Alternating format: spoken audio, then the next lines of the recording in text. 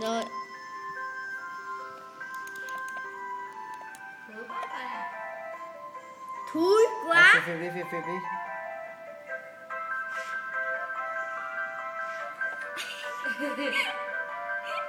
Mông thì kín cái môi, cứ thỉnh thoảng nhếch lên một tí.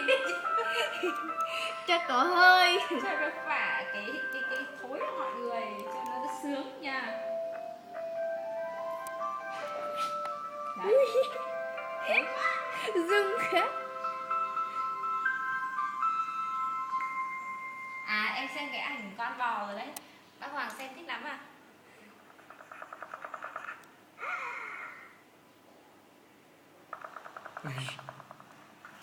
Phê đi con, phê.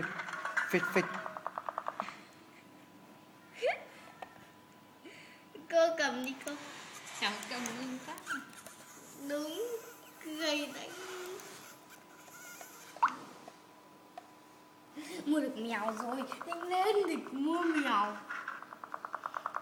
Để mua mèo còn ấy vài bán kia.